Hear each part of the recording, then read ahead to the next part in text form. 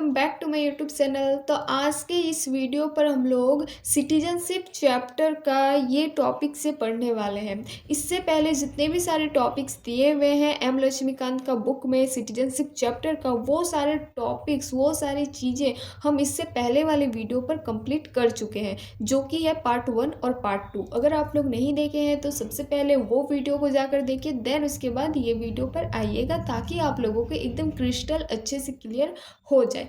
ये video part 3 है citizenship chapter का, और इसी वीडियो पर हम लोग जो सिटीजनशिप चैप्टर है उसको एकदम पूरी तरह से कंप्लीट कर देंगे, क्योंकि ज़्यादा बड़ा तो चैप्टर है नहीं, अब थोड़ा सा ही 1-2 पेज बचा हुआ है। एकदम इसी वीडियो पर कंप्लीट करेंगे स्मूथ तरीके से। अगर वीडियो अच्छा लगे तो प्लीज़ लाइक एंड सब्सक्राइब ज़रूर कर दीजिएगा, और वीडियो पर एंड तक ज़रूर बन के रहिएगा।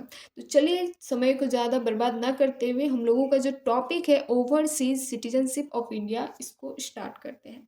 तो सबसे पहले हम लोग टॉपिक को पढ़ने से पहले टॉपिक का मीनिंग समझ लेते हैं कि ये टॉपिक का मीनिंग क्या होता है। ओवरसीज सिटीजनशिप ऑफ इंडिया एकदम अच्छे से समझिएगा बच्चा, एकदम अच्छे से हम समझाएंगे। देखिए, अगर कोई भी पेरेंट्स या फिर किसी के भी ग्रैंड पेरेंट्स इंडिया के सिटीजन रह चुके हैं, लेकिन कुछ कारण से वो लोग दूसरे कंट्री में जाकर रह रहे हैं, तो जाहिर सी बात है भाई, गवर्नमेंट ऑफ इंडिया उन लोगों का इंडिया का सिटीजनशिप छीन लेती है। लेकिन वैसे सारे कैंडिडेट को कुछ स्पेशल प्रोविज़न दिया जाता है, कुछ स्पेशल फैसिलिटी दिया जाता है। वैसे सारे कैंडिडेट को इंडिया का सिटीजनशिप तो नहीं दिया जाएगा, लेकिन वैसे सारे कैंडिडेट को कुछ स्पेशल फैसिलिटी ज़रूर दिया जाएगा। तो वही फैसिलिटीज़ के बारे में, क्या क्या फैसिलिटीज़ दिया जाएगा, नहीं दिया जाएगा, वही सारी चीज़ें के बारे में हम लोग इस टॉपिक में पढ़ने वाले हैं। आया समझ में? ठीक है, तो चलिए अब हम लोग टॉपिक को पढ़ना स्टार्ट करते हैं। अगर नहीं समझ में आया, आगे जो टॉपिक है उसको एकदम इस क्लियर करके बताएंगे कि कैसे कैसे होता है, नहीं होता है। In September 2000, the Government of India Ministry of External Affairs had set up a high-level committee on the Indian diaspora under the chairman of L.M. सिंघवीन। देखिए यहाँ पर क्या लिखा हुआ है कि सितंबर मंथ का टाइम था, 2000 के टाइम, तब गवर्नमेंट ऑफ इंडिया ने एक कम्युनिटी को सेटअप किया था।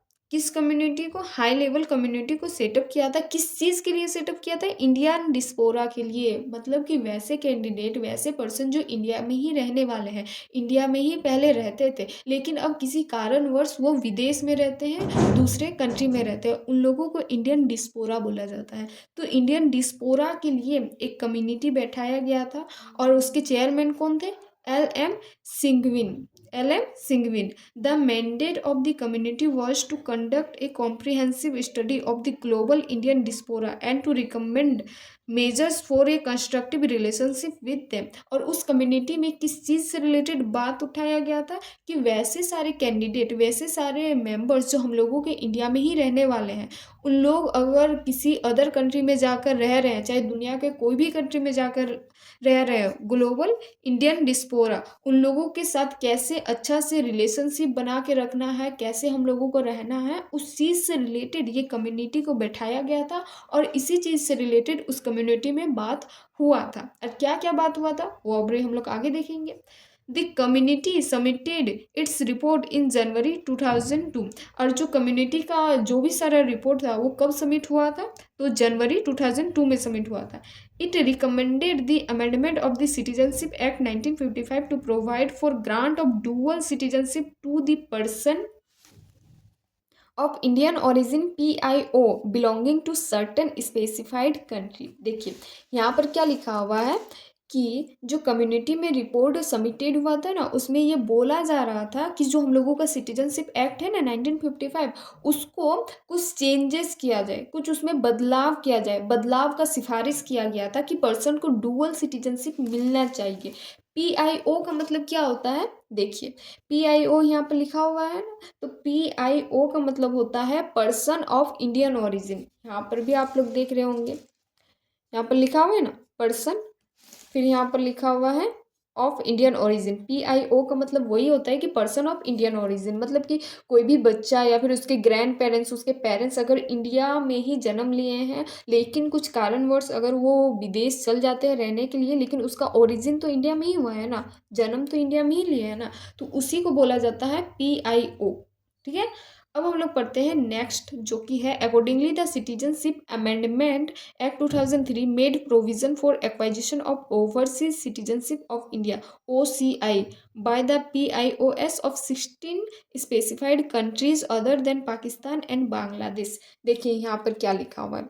अभी हम लोग आपको OCI का मतलब समझे, ओवरसीज सिटीजन इंडिया, और पाकिस्तान और बांग्लादेश के लिए क्या इसमें कंडीशन है, नई कंडीशन है, उसको अब हम लोग समझते हैं। हम लोगों का जो कॉन्स्टिट्यूशन है ना, कॉन्स्टिट्यूशन में सिटीजनशिप से रिलेटेड एक अमेंडमेंट हुआ था। कब हुआ था? 2003 में।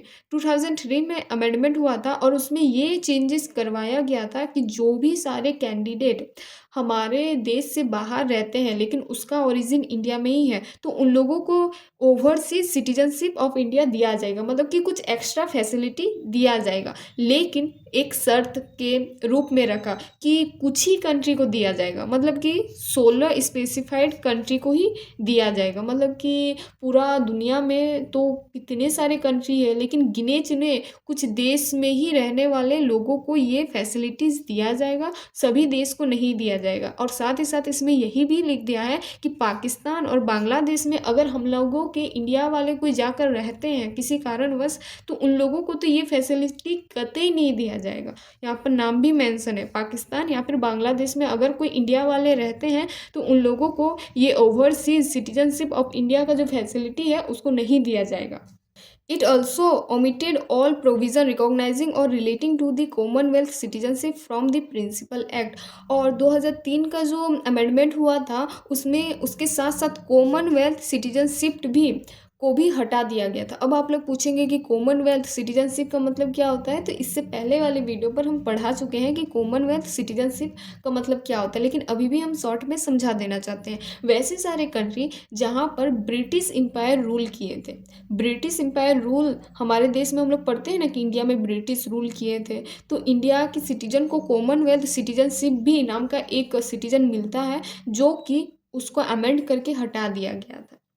उसके बाद है later the citizenship amendment act 2005 expanded the scope of grant of OCI for PIOS of all countries except Pakistan and Bangladesh as along as their home countries allow dual citizenship under their local laws. देखिए यहाँ पर क्या लिखा हुआ है कि 2005 में और एक बार हम लोगों का कॉन्स्टिट्यूशन में अमेंडमेंट हुआ था सिटीजनशिप से रिलेटेड, उसमें ये बताया गया था और ये अमेंड किया गया था कि जो OCI है ना, ओवरसीज सिटीजनशिप ऑफ इंडिया, इस चीज़ का फैसिलिटी सिर्फ कुछ 16 कंट्री को ही नहीं मिलना चाहिए, सब कंट्री को मिलना चाहिए। यहाँ पर लिखा हुआ है ऑल कंट्रीज। इससे ऊपर वाले में हम लोग पढ़े थे 2003 का अमेंडमेंट में कुछ गिने चुने कंट्री को ये प्रोविज़न मिल रहा था, ये फैसिलिटी मिल रहा था।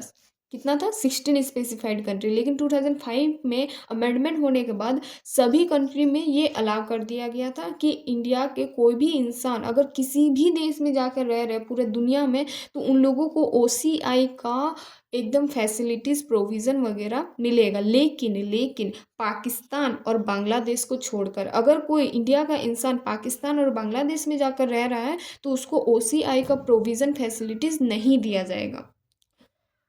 It must be noted here that OCI is not actually a dual citizenship as the Indian Constitution forbids dual citizenship or dual nationality article 9। देखिए अब यहाँ पर क्या लिखा हुआ है, जो OCI है ना उसमें कुछ फैसिलिटीज़ दिया जाता है, जो कि बाहर रहते हैं हमारे इंडिया के ही लोग, उन लोगों को कुछ फैसिलिटीज़ दिया जाता है, लेकिन इसका मतलब ये नहीं है कि उन लोगों को पूरा सिटीजनशिप दे दिया जाता है, ऐसा बिल्कुल भी नहीं है। हमारे इंडिया में कॉन्स्टिट्यूशन में हमारा लिखा हुआ है आर्टिकल 9 में कि हमारे इंडिया का सिर्फ सिंगल सिटीजनशिप है, डबल सिटीजनशिप नहीं है। तो उसके आधार पर सिर्फ हम लोग ना कुछ फैसिलिटीज़ प्रोवाइड करते हैं, ना कि कुछ सिटीजन प्रोवाइड करते, इस बात को ध्यान रखिएगा।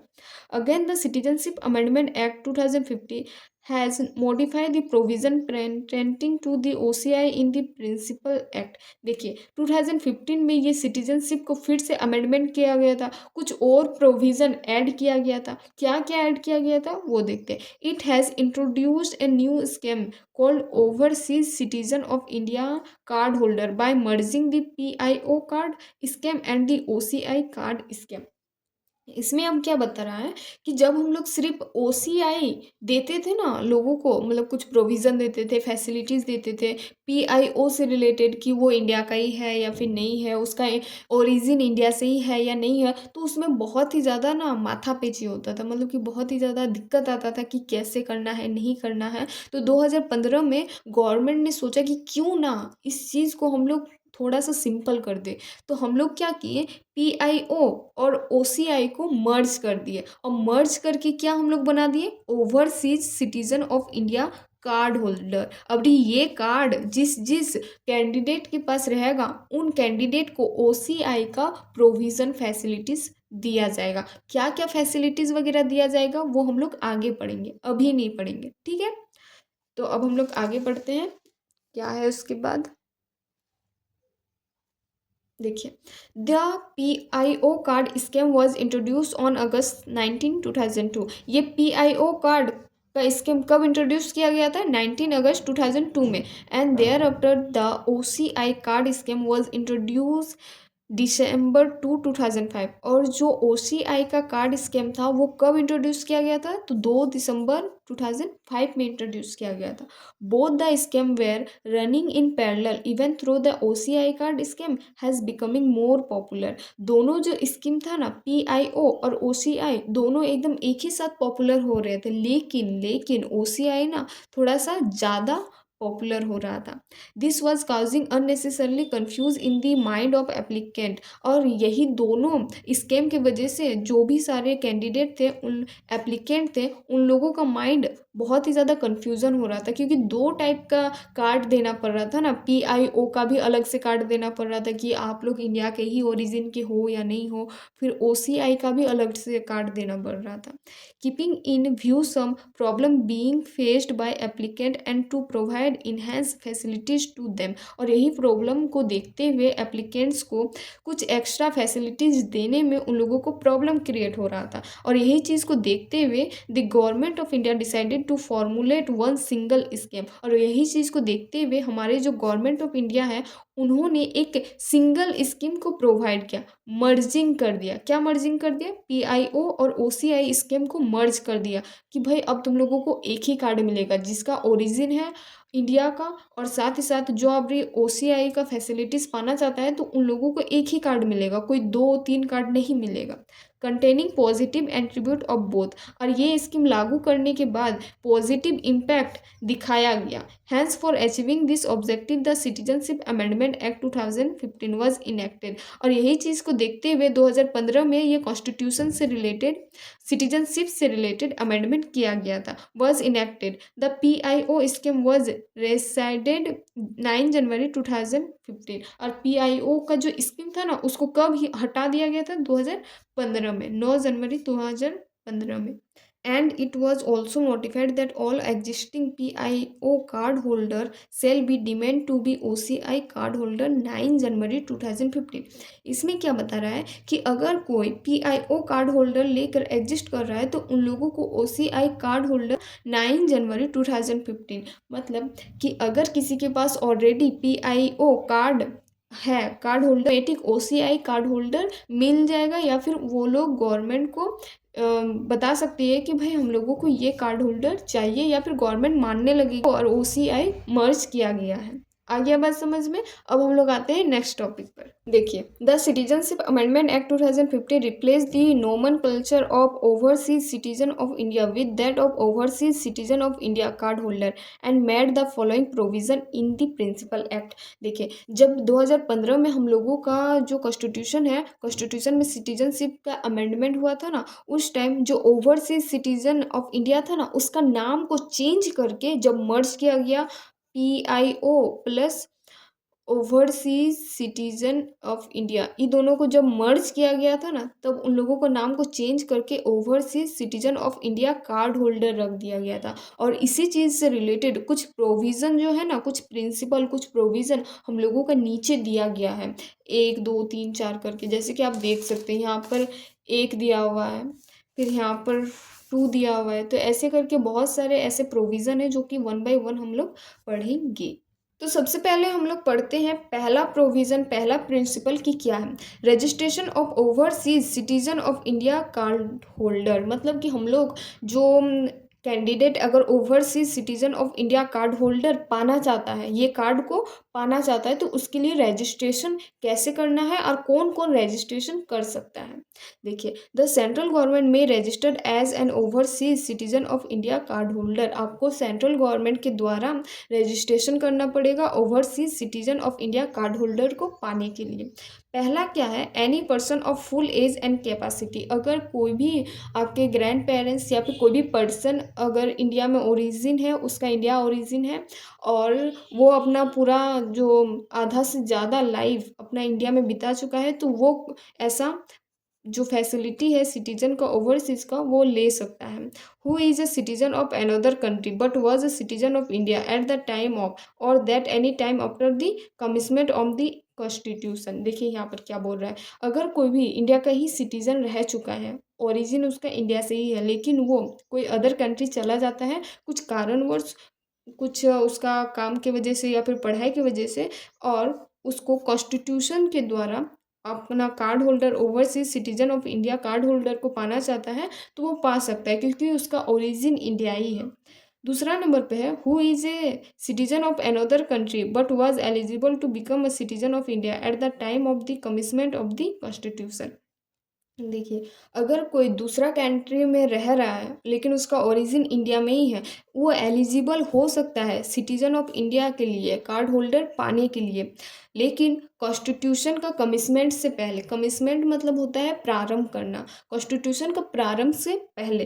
तीसरा नंबर पर है, who is a citizen of another country but belong to a territory that become part of India after the 15 August 1947। देखिए यहाँ पर क्या लिखा हुआ है कि अगर कोई भी सिटीजन दूसरा कंट्री का है, कोई भी सिटीजन दूसरा कंट्री का है, लेकिन वो वही टेरिटरी में, वही मतलब स्टेट में रहता था जो कि इंडिया के साथ अभी जुड़ा हुआ है, 15 अगस्त 1947 से पहले अगर कोई भी सिटीजन दूसरा जगह में रहता था, मान लेते फॉर एग्जांपल अगर कोई इंसान गोवा में रहता था, गोवा तो पहले हम लोगों का इंडिया के साथ नहीं था ना, वहाँ पर पुर्तगाल राज करते थे, लेकिन बाद में इंडिया के साथ आके ज्वाइन हो गया, तो अभी जो गोवा का सिटीजन है वो कौन सा सिटीजन बन जाएगा, इंडिया का सिटीजन बन जाएगा। अगर वो अगर पाना चाहता है, रजिस्ट्रेशन करना चाहता है overseas citizen of India card holder के लिए, तो वो कर सकता है।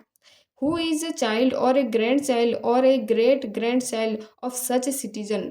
देखिए यहाँ पर क्या लिखा हुआ है, अगर किसी के भी नाती पोता या फिर उसके दादा दादी उस इंडिया के सिटीजन रह चुके हैं, ओरिजिन उन लोगों का इंडिया में ही है, तो वो लोग भी रजिस्टर कर सकते हैं ओसीआई के लिए।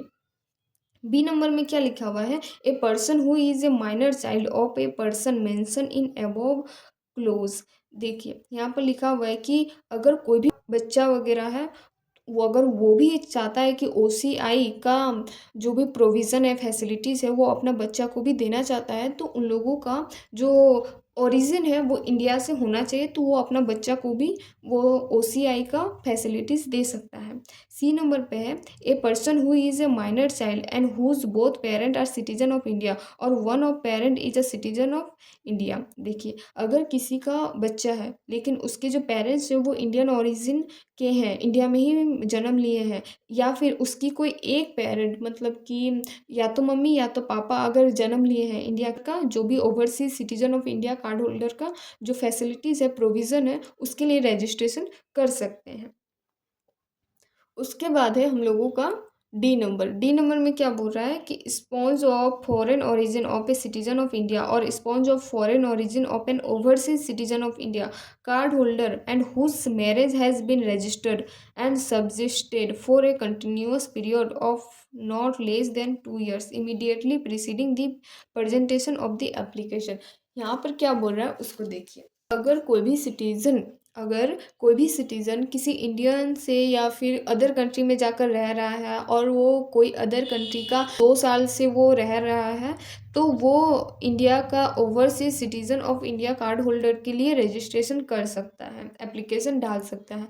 बट अ पर्सन हु और either of whose parents or grandparents or great grandparents is or had been a citizen of Pakistan, Bangladesh or such other country as the central government may specify shall not be eligible for registration as an overseas citizen of Indian card holder. देखिए यहाँ पर क्या बोल रहा है कि अगर कोई भी पर्सन या तो पाकिस्तान का या फिर बांग्लादेश में जाकर रह रहा है, अगर उसके ग्रैंड पेरेंट्स या पेरेंट्स इंडियन ओरिजिन के भी है, लेकिन उन लोगों को रजिस्ट्रेशन का मौका नहीं दिया जाएगा ओसीआई के लिए। क्यों नहीं दिया जाएगा? देखिए हम लोग हर टॉपिक में पढ़ रहे हैं कि पाकिस्तान और बांग्लादेश में अगर कोई इंडिया का पर्सन जाकर रह रहा है तो उन लोगों को नहीं दिया जाएगा। अब कुछ रेस्ट्रिक्टेड है भाई उस जगह के लिए, तो वो जो लिखा हुआ है वही हम बता दे रहे हैं।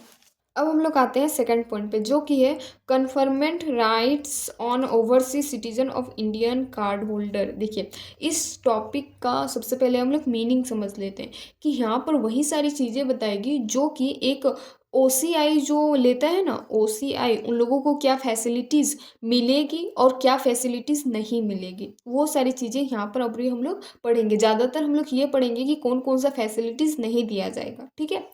तो सबसे पहला जो पॉइंट है उसको हम लोग पढ़ते हैं। An overseas citizen of Indian card holder shall be entitled to such rights as the central government may specify in this behalf, these are mention in table 7.1। देखिए अगर कोई ओवरसीज सिटीजन ऑफ इंडिया का card holder ले लेता है, एक card ले लेता है, तो वैसे सारे इंसान को, वैसे सारे कैंडिडेट को फैसिलिटीज़ दिया जाता है। जस्ट फॉर एन एग्जांपल कि अगर आप लोग कभी भी इंडिया में आते हैं तो बार बार आप लोगों को वीज़ा वगैरह लेकर नहीं आना पड़ेगा, क्योंकि आप लोग इंडिया के कार्ड होल्डर ले चुके होते हैं। साथ ही साथ अगर आप लोग इंडिया में कुछ दिन के लिए रहते हो तो उसमें भी गवर्नमेंट आपको कुछ भी नहीं बोलेगी, और कुछ कुछ आप लोगों को फैसिलिटीज़ या प्रोविज़न भी प्रोवाइड किया जाएगा। और आप लोगों को और भी कुछ जानना है तो उसका इन डिटेल तरीका 7.1 में सीरियल वाइज दिया गया है। दूसरा पॉइंट में है an overseas citizen of India card holder shall not be entitled to the following rights which are conferred on a citizen of India.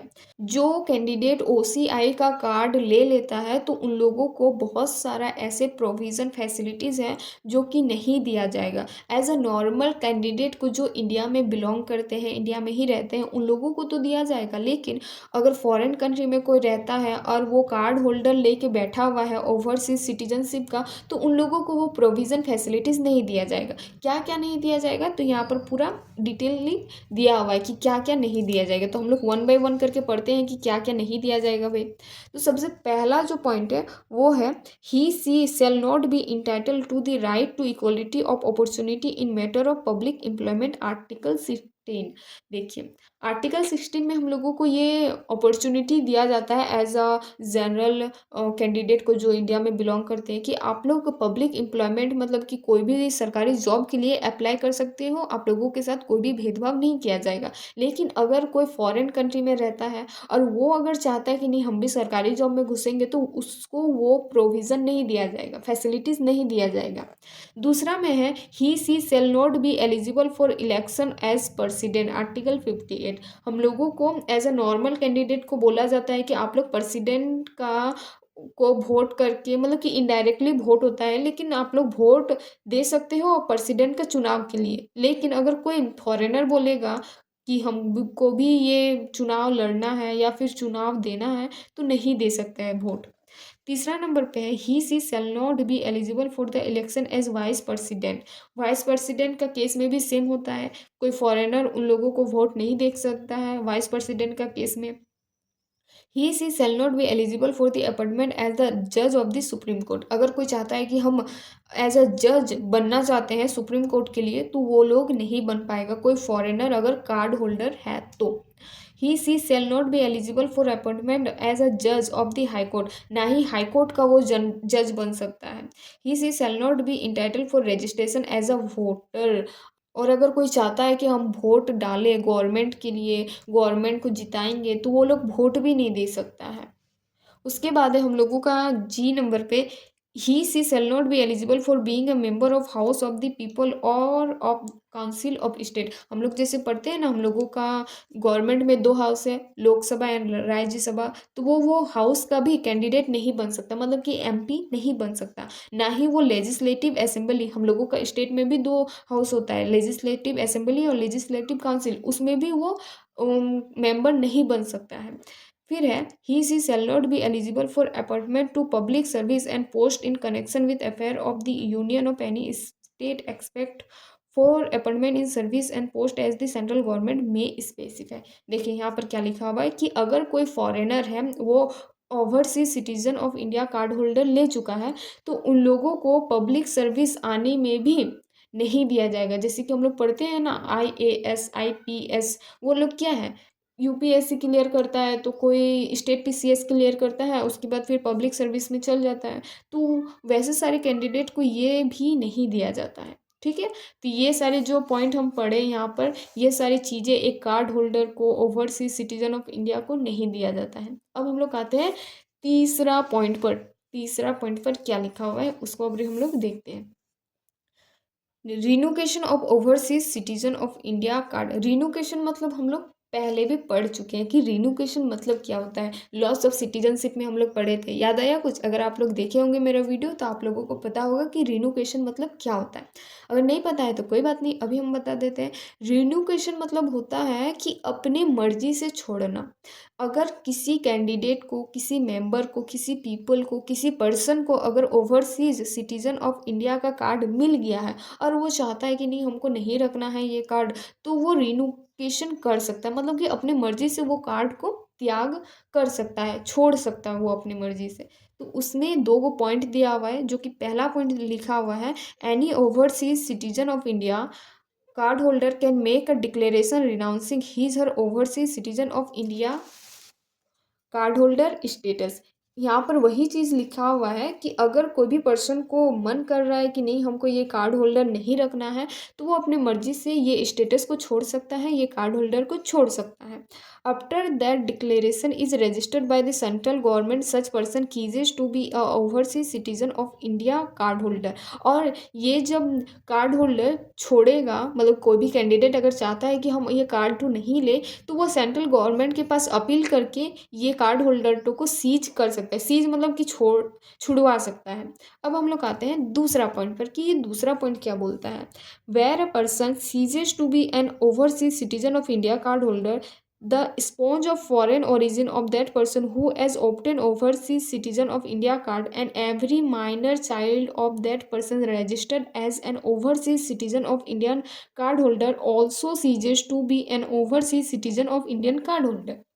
देखिए इस पैराग्राफ में क्या लिखा हुआ है। इस पैराग्राफ में यही लिखा हुआ है ना कि अगर कोई कैंडिडेट, जैसे मान लेते हैं कि पेरेंट्स, किसी के भी पिता, किसी के भी पिता फादर अगर इंडिया का कार्ड होल्डर को वो त्याग करता है, रिनुकेशन करता है, अपनी मर्जी से छोड़ देता है, तो उसका जितने भी बच्चा है, चाहे उसकी वाइफ है, उन लोगों का भी जो भी कार्ड होल्डर है वो भी छूट जाएगा। वो भी गवर्नमेंट ऑफ इंडिया उन लोगों का भी जो कार्ड होल्डर का स्पेसिफिक और प्रोविज़न दिए जाते थे और कुछ स्पेशल राइट्स दिए जाते थे, वो लोगों का भी ले लेगा गवर्नमेंट, उन लोगों को भी कार्ड होल्डर से बाहर कर देगा। वही चीज़ें यहाँ पर लिखी हुई हैं। अब हम लोग आते हैं नेक्स्ट टॉपिक पर, जो कि है फोर्थ पॉइंट, जो कि है cancellation of registration as overseas citizen of Indian card holder. अब इसको हम लोग अच्छे से पढ़ते हैं। तो देखिए इसमें क्या बोल रहा है कि सबसे पहले हम लोग ये वर्ड का मीनिंग को समझते हैं कि ये टॉपिक का मतलब क्या है। कि अगर कोई भी कैंडिडेट, कोई भी मेंबर अगर Indian citizenship, overseas citizen of India card holder के लिए अपील करता है, रजिस्ट्रेशन के लिए अपील करता है, तो गवर्नमेंट उसका जो एप्लीकेशन है रजिस्ट्रेशन से related, overseas citizen of India card holder पाने से रिलेटेड, उसको कैंसिल भी कर सकती है। कैसे कैसे करेगी, क्यों करेगी, वो यहाँ पर हम लोग पढ़ेंगे। द सेंट्रल गवर्नमेंट में cancel the registration of a person as an overseas citizen of India card holder. वही लिखा हुआ है कि जो सेंट्रल गवर्नमेंट है वो कोई भी पर्सन का रजिस्ट्रेशन को overseas citizen of India card holder को कैंसिल कर सकती है। क्यों कैंसिल कर सकती है भाई, कुछ यहाँ पर चीज़ें लिखी हुई है, उसको देखते हैं। The registration as an overseas citizen of India card holder was obtain by mean of fraud. कोई भी अगर कैंडिडेट फ्रॉड से इंडिया का कार्ड होल्डर सिटीजनशिप को पाना चाहता है, तो वो गवर्नमेंट रजिस्ट्रेशन को अपील नहीं करती है, कैंसिल कर देती है। False representation or the concealment of any material fact, अगर कोई फॉल्स रिप्रेजेंटेशन के माध्यम से अगर ये सिटीजनशिप कार्ड होल्डर पाना चाहता है तो वो गवर्नमेंट कैंसिल कर देती है रजिस्ट्रेशन को। दूसरा पॉइंट है the overseas citizen of India card holder has so dissatisfaction towards the constitution of India, अगर कोई भी कैंडिडेट हम लोगों का कॉन्स्टिट्यूशन से रिलेटेड सेटिस्फैक्शन होता है, मतलब कि उनको ऐसा लगता है कि हम लोगों का कॉन्स्टिट्यूशन में इन लोगों को कोई दिलचस्पी नहीं है, तो वैसे कैंडिडेट को भी जो गवर्नमेंट ऑफ इंडिया है ना उन लोगों का भी रजिस्ट्रेशन को कैंसिल कर देती है। तीसरा है the overseas citizen of India card holder has during any war in which India में बी इंगेज अनलॉफुली ट्रेड और कम्युनिकेट विथ एन इनेमी। यहाँ पर क्या बता रहा है कि अगर कोई भी कैंडिडेट अगर कार्ड होल्डर पाना चाहता है इंडिया सिटीजनशिप का, लेकिन वो इनेमी है, इनेमी मतलब दुश्मन होता है, कि अगर वो इनेमी है, हम लोगों का इंडिया का किसी से वॉर हो रहा है और अगर वो कैंडिडेट हम लोगों का इनेमी का साथ दे रहा है, तो वैसे सारे कैंडिडेट का भी हम लोगों की सेंट्रल गवर्नमेंट उसका रजिस्ट्रेशन को कैंसिल कर सकती है। अब हम लोग आते हैं नेक्स्ट पॉइंट पर, जो कि है हम लोगों का, देखते हैं। The overseas citizen of India card holder has within 5 years after registration been sustained to imprisonment for a term of not less than 2 years of, देखिए अगर कोई सिटीजन 5 साल से रजिस्ट्रेशन वो 2 साल में ही हो गया, लेस देन 2 years हो गया, तो वो रजिस्ट्रेशन कैंसिल हो सकता है, गवर्नमेंट उसका रजिस्ट्रेशन कैंसिल कर सकती है। उसके बाद है the overseas citizen of India card holder has violated the provision of the citizen act 1955। देखिए यहाँ पर क्या लिखा हुआ है कि अगर कोई भी सिटीजन हम लोगों का सिटीजनशिप एक्ट 1955 को वायलेट करता है और the provision of any other law as may be specified by the central government, और सेंट्रल गवर्नमेंट के द्वारा अगर कोई भी लॉ पास होता है या फिर वो लॉ को वायलेट करती है, तो वैसे सारे सिटीजन को हम लोग ई ओवरसीज सिटीजन कार्ड होल्डर नहीं देंगे। It is necessary so to do in the interest of the sovereignty and integrity of India, the security of India, friendly relation of India with any foreign country or in the interest of the general public। देखो इसमें क्या बोल रहा है कि अगर हम लोगों को इंडिया में कोई भी कैंडिडेट को हम लोग देते हैं कार्ड होल्डर, तो वो सोवर्निटी को, इंटीग्रिटी को हम लोगों का दर्शाता है, कैसा फॉरेन कंट्री से हम लोग रिलेशन रखते हैं, एज अ फ्रेंडली रिलेशन रखने के लिए हम लोग ये सारे प्रोविज़न को, ये सारे फैसिलिटीज़ को देते हैं कोई भी सिटीज़न के लिए। The marriage of an overseas citizen of India card holder, अब कोई मैरिज मतलब कि शादीशुदा कैंडिडेट के लिए कार्ड होल्डर का नियम क्या होता है कैंसलेशन का, उसके बारे में अब हम लोग पढ़ते हैं।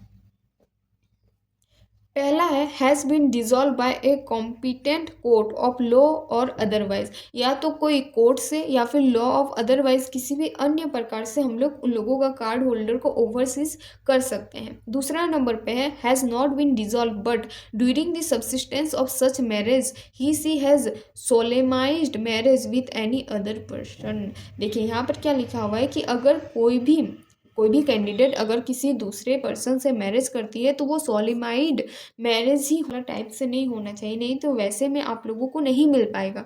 However before the cancellation of his her registration as an overseas citizen of India card holder, अगर ये चीज़ को देखते हुए गवर्नमेंट अगर आप लोगों का कैंसलेशन करती है रजिस्ट्रेशन के लिए, कौन सा चीज़ के लिए, overseas citizen of India card holder के लिए, तो he she will be given a reasonable opportunity of being heard, और उन लोगों को एक रीजनेबल अपॉर्चुनिटी देना पड़ेगा। कहाँ पर, कोर्ट में। This provision was also added by the citizen amendment act 2019, और ये जो एक्स्ट्रा प्रोविजन है मैरिजेबल कैंडिडेट के लिए, वो एक्स्ट्रा प्रोविजन कब ऐड किया गया था सिटीजनशिप के लिए, तो 2019 का एक्ट में जब अमेंडमेंट हुआ था हम लोगों का 2019 में। तो ये जो चैप्टर है हम लोगों का सिटीजनशिप एम लक्ष्मीकांत का, ये हम लोगों का यहीं पर ही ख़त्म होता है। इसके बाद देख सकते हैं आप लोगों को चैप्टर फंडामेंटल राइट्स आ जाएगा। अब हम लोगों का चैप्टर यहाँ पर ही ख़त्म होता है सिटीजनशिप ऑफ इंडिया का,